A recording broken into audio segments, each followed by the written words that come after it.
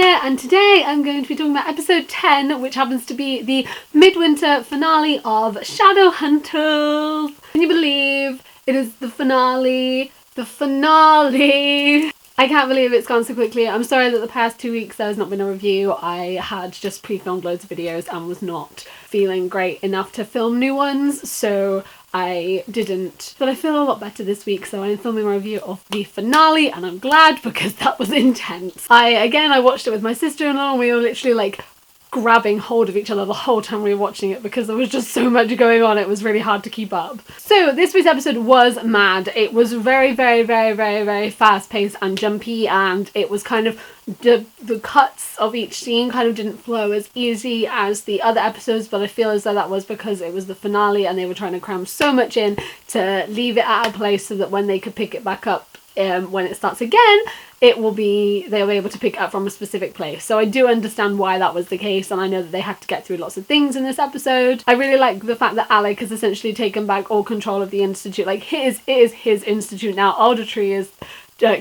going to him for orders, and I like that. Alec knows what he's doing. So that's a place where he does really well and he feels comfortable doing it, and I feel as though you really saw a lot of Alec in this, and so many different versions of Alec and so many different emotions from him, and it was really good. Still think that Auditory is dodgy. Like, I was really expecting in this episode for him to be on Valentine's side or something. I don't know, but I still don't completely trust him, even after his story about being in love with a downworlder and how Shadowhunters and downworlders can't be together. I was expecting something, but it sort of is painting it to be like he is a good guy, but like, I don't know, he's so dodgy. Big bit in this was Valentine has Simon and Madsy infiltrate the institute, and you can see just how Valentine is and how he manipulates people, and he's really manipulating Madsy. She just wants her nan back, and I don't particularly like Iris, but you know, she's her guardian and she's who looks after her, and she just wants her back. I really like the fact that she protected Alec, and she could tell she didn't want to hurt Alec. She liked him, and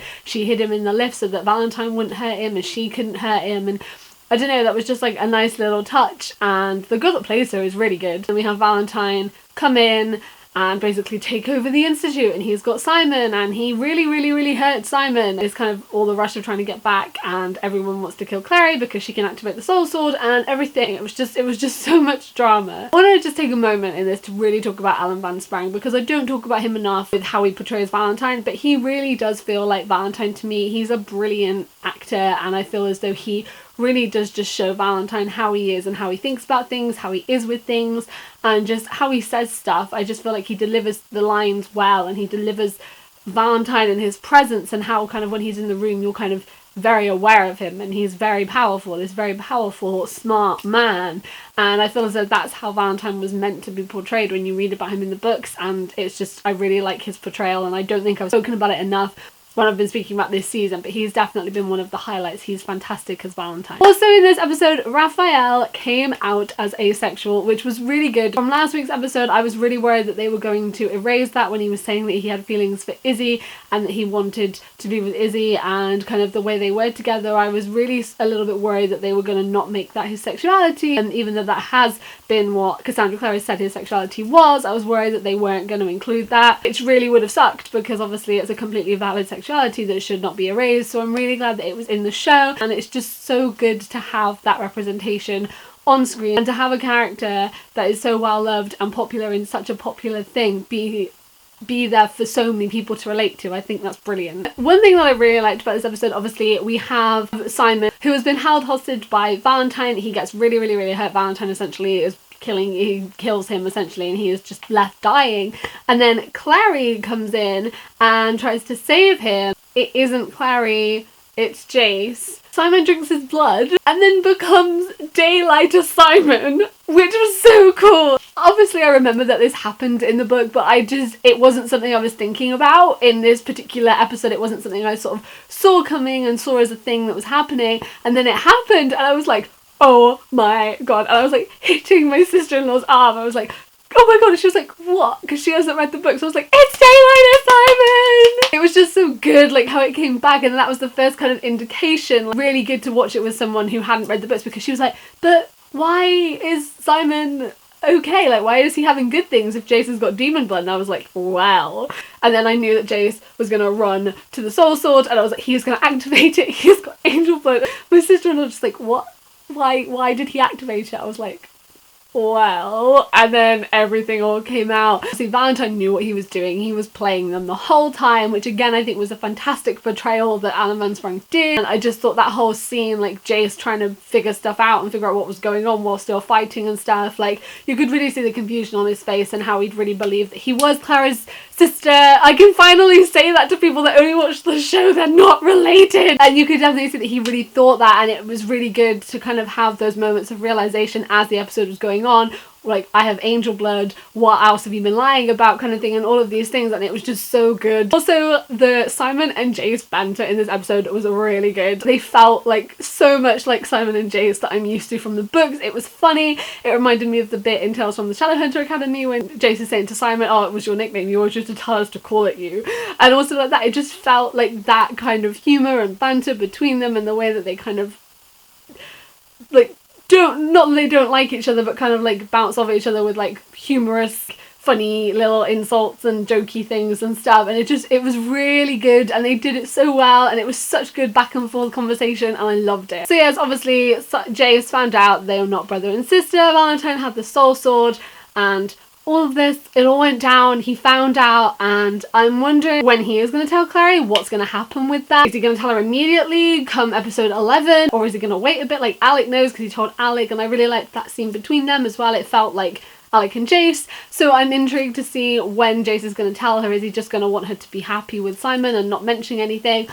I'm intrigued to see what's going to happen with that. So it's actually Clary in the books that finds out first, so I am intrigued to see how they're going to do it differently. Isabel, I think she's going to try and get help with the Infen now. She came back to help fight, and that was really badass and cool when she came to help, and even though you could see she was really weak, she was trying to fight this addiction, and you could see that with her, and you could see she kind of had that motivation back to kind of stand on her own 2 feet and do this herself and fight for it, which I thought was really good, and really I liked that. We also had Magnus and Alec, which was so cute. Matt Daddario is my favourite, I think. Like, he plays Alec brilliantly, and like I was saying earlier, you saw different versions of Alec in this, and I think that he played that well. You could see kind of leader Alec, brother Alec, friend Alec, parabatai Alec, and Magnus's Alec, and you could really see just how he felt about Magnus, and how like it kind of took him off guard how he felt about Magnus and the panic that he felt, but then seeing him again and the relief, and you could see it on his face, but also this is Alec trying to come to terms with how much he cares about this person, and I think that scene was done really well. It was just so lovely and sweet, and they both played it fantastically, and it was just so lovely, and very much felt like Magnus and Alec to me, and very much felt like their relationship. I loved that scene, even though that was their only scene in the episode, and I would have liked more. I liked how good it was and how effective that one scene was, and just how powerful it was, even if it wasn't very long. And Magnus took Madzi to Katarina's. Are they going to take her in? Is Magnus going to take her in? Is he going to give her back to Iris? Is in the control of the clave, so is Magnus going to take her in? Madzi likes Alec, and he wants to look after her, he wants her to be safe, and obviously Magnus wants her to be safe as well, and they've kind of they know how she likes them, and she knows them, and she feels safe with them, and I'm just wondering if there's going to be something with that. But like her going to Katarina's, like that's one of Magnus's best friends, and is she going to be involved? I would love to see Katarina in the show, but I'm just wondering, like, is there going to be something with that, or is that going to be like another Maureen? They forget about her and she doesn't exist after episode 10. The fighting in this was really good. They had the one weird slow-mo bit when everyone was running into the Institute, but I felt like that was effective because the soul sword was about to be activated, so it was like time had slowed down because of everything that was happening. Don't know how Raphael got out that fast, because he looked like he was in that. I was convinced he was dead. And the fighting was just really clever and choreographed, and it was really good. Still constantly confused about the shapeshifting rune. I'm convinced that everyone is someone else and no one is actually who they say they are, and it will always keep me on edge. I hate that rune. And the ending, obviously Valentine gets taken into custody, and the thing I really liked about this, and I was trying to explain this to my sister-in-law, and I don't think I did a very good job, so I hope that this makes sense. When you read City of Glass, at the end, there is kind of that satisfaction of Valentine is gone, like the main evil, this massive force of evil that has been in the world and in the Shadowhunters world for this period of time is gone and everyone can rest and relax and breathe easy, but they don't know the extent of what is coming. And it felt like that. Like, it felt like the calm before the storm. They had Valentine, everyone was like thinking about other things and thinking about what was going on and like all this stuff, and like it was exciting. I felt so excited because I felt that relief of like, yes, they got Valentine, like, yeah, he's got what he deserves and stuff, like he's going to the clave, goodbye. But then like that little clip at the end and it's like, you don't know what's on its way. The worst thing is about to happen. It was just so good to see, and like my sister-in-law was like, who's that at the end? And I was like, oh, I think it's him. I'm assuming it is. I don't know who else it would be if it wasn't. Still that relief, like you have that relief of Valentine's, well, he's been, you know, he's caught now, that's fine, that's good. And then oh no, this is just the beginning. So it was really good, and like I thought it was really effective, and it definitely left like the end of that feeling of, oh, well, that's good, but then also if you know what's coming, oh my god, and if you don't, that's sort of unsettling, like, who was that? What's happening next? Which I thought was really good, and I'm so excited for the next half of season 2, because like I think it's going to be really good. So yeah, there were some really good bits in this episode. I loved it. I thought it was done well. It got me so excited and hyped up. I think I'm going to reread them. I really do. I've been thinking about it recently, and then I'm thinking I might reread them all before Lord of Shadows, whether or not I'll be able to do that in like 2 months or not even 2 months, I don't know, but we'll see. It comes back on June 5th, so obviously my reviews will start up again on June 5th. What did you think of this week's episode of Shadowhunters, the midwinter finale? Let's discuss down below.